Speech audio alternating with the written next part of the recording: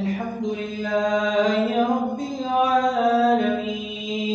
الرحمن الرحيم مالك يوم الدين إياك نعبد وإياك نستعين اهدنا الصراط المستقيم صراط الذين أنعمت عليهم غير المغضوب عليهم ولا الضالين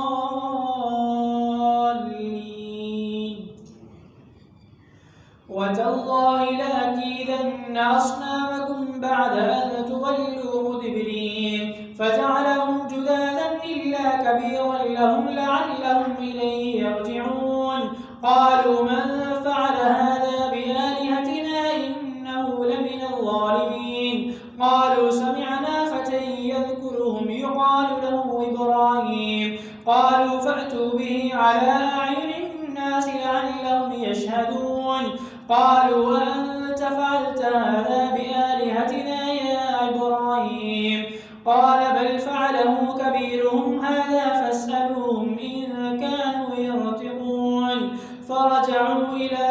أنفسهم فقالوا إنكم أنتم الظالمون ثم نكسوا على رؤوسهم لقد علمت ما هؤلاء ينطقون قال فتعبدون من دون الله ما لا ينفعكم شيئا ولا يضركم أف لكم ولما تعبدون من دون الله أفلا تعقلون قالوا حرقوه وانصروا آلهتكم إن كنتم فاعلين قلنا يا نار كوني بردا وسلاما على إبراهيم وأرادوا به كيدا فجعلناهم الأخسرين ونجيناه ولوطا إلى الأرض التي باركنا فيها للعالمين ووهبنا له إسحاق ويعقوب نافلة وكلا جعلنا صالحين وجعلناهم أئمة يهدون بأمرنا وأوحينا إليهم فعل